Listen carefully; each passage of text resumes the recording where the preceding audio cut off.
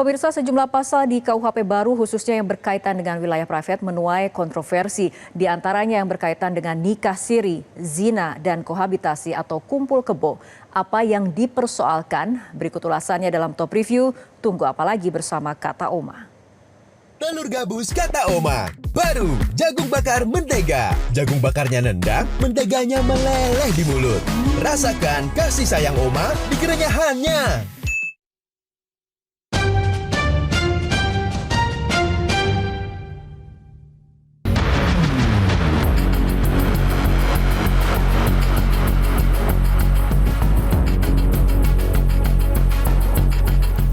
Memasuki tahun baru 2026, masyarakat Indonesia mendapat hadiah kontroversial. Ya, mulai 2 Januari 2026 resmi berlaku Kitab Undang-Undang Hukum Pidana atau KUHP yang baru atau secara resmi bernama Undang-Undang Nomor 1 Tahun 2023. Dalam dunia hukum Indonesia, ini merupakan sejarah besar karena akhirnya negara ini memiliki kodifikasi hukum pidana buatan bangsa sendiri untuk menggantikan produk kolonial Belanda. RUU KUHP secara resmi disetujui untuk disahkan menjadi undang-undang dalam rapat paripurna DPR RI pada tanggal 6 Desember 2022. Presiden Joko Widodo menandatangani dokumen tersebut pada tanggal 2 Januari 2023 sehingga resmi menjadi UU Nomor 1 Tahun 2023 tentang Kitab Undang-Undang Hukum Pidana. Meskipun sudah disahkan pada 2023, undang-undang ini tidak langsung berlaku seketika. Undang-undang ini mengamanatkan masa transisi selama 3 tahun untuk sosialisasi dan persiapan aparat penegak hukum. Dan akhirnya KUHP baru resmi mulai berlaku efektif pada tanggal 2 Januari 2026. Sejak resmi berlaku, KUHP baru langsung hangat diperdebatkan. Isu utamanya terletak pada bagaimana negara mulai masuk ke ranah privat dan potensi kriminalisasi terhadap pernikahan yang dianggap sah secara agama namun tidak tercatat. Salah satunya adalah tentang nikah siri. Meskipun istilah nikah siri tidak disebutkan secara eksplisit, ada beberapa pasal yang bersinggungan langsung dan bisa menjerat pelakunya. Di pasal 402, diatur bahwa setiap orang yang melangsungkan perkawinan padahal mengetahui ada penghalang yang sah, misalnya sudah punya istri atau suami sah dan tidak ada izin pengadilan, bisa dipidana maksimal 4 tahun 6 bulan penjara. Ini sering terjadi dalam kasus nikah siri untuk poligami diam-diam. Dalam KUHP baru, jika seseorang melakukan nikah siri dengan menyembunyikan status perkawinannya yang sudah ada atau dengan kata lain menipu pasangan baru, ancaman pidananya bisa meningkat hingga 6 tahun penjara. Ini diatur dalam pasal 403. Perbedaan antara pasal 402 dan 403 terletak pada apakah pasangan baru tahu bahwa pasangannya terikat pada pernikahan dengan orang lain. Dalam pasal 402, pasangan baru dalam kondisi tahu, maka pidananya 4 tahun 6 bulan penjara. Sedangkan pada pasal 403, pasangan baru tidak tahu dan tidak diberitahu, maka hukumannya 6 tahun karena dianggap menipu. Dua pasal tersebut bisa dikenakan kepada orang yang sudah menikah, tapi melakukan nikah siri dengan pasangan baru. Kawin siri diakui, Kak? Persoalan kawin siri tidak disebut di dalam KUHP. Jadi? Di situ hanya mengatakan bahwa soal perkawinan kita tunduk pada undang-undang. Berarti kawin siri tidak diakui.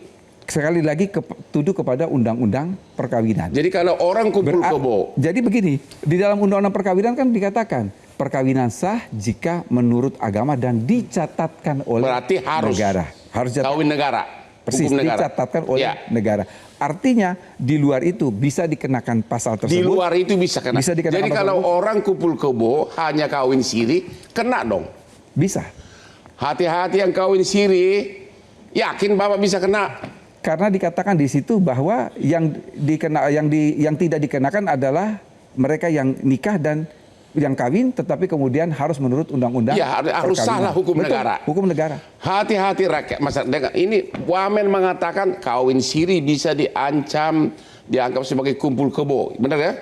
Bukan. Jadi di dalam KUHP tidak menyinggung soal kawin siri, hanya mengatakan bahwa laki-laki dan perempuan yang kemudian melakukan hubungan suami istri tanpa ikatan perkawinan yang sah. Lalu dijelaskan, ikatan perkawinan yang sah itu seperti apa? Ikatan perkawinan yang sah adalah menurut undang-undang perkawinan. Kalau pidana lainnya adalah pasal 411 yaitu perbuatan zina, yakni melakukan persetubuhan atau hubungan seksual di luar pernikahan. Perbuatan ini diancam maksimal 1 tahun penjara. Pasal ini berlaku bagi siapa saja, baik yang sudah menikah atau selingkuh, maupun yang keduanya masih lajang atau pacaran.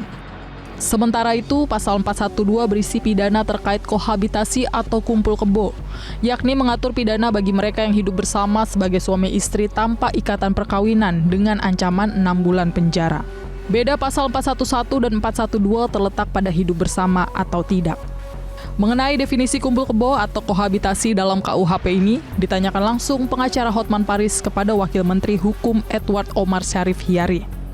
Pengertian kumpul kebo, kalau di ibu kota ini kan, kumpul kebo itu dalam versi modern. Si koko cuma mungkin datang 2 jam, pulang. Tapi mereka sudah seperti suami istri, semua fasilitas istri dikasih apartemen, uang bulanan, tapi dia walaupun sama-sama single, pulang. Datang lagi besoknya, pulang cuma 2 jam, habis bertempur. Pertanyaannya, itu termasuk kumpul kebo enggak? Termasuk. Termasuk kata Wamen, halo para yang di apartemen sekarang ini ada ribuan pasangan. Siap-siap cari pengacara kamu. Dan ada Hotman Paris di sini. Tapi tidak menjadi soal dalam pengertian selama tidak diadukan oleh orang kalau tuanya. Diadukan, kalau diadukan oleh orang tuanya, jalan. Kalau diadukan oleh orang tuanya atau anaknya jalan. Walaupun laki sama cewek itu masih sama-sama single, walaupun si cowok misalnya si koko pik misalnya, datang cuma 2 jam sehari. Jadi itu termasuk kumpul kebo, ancamannya 6 bulan penjara. Kamu rakyat Indonesia. 4 pasal itu sudah digugat ke Mahkamah Konstitusi. Hingga kini gugatan atau lebih tepatnya permohonan uji materi ke MK terus mengalir.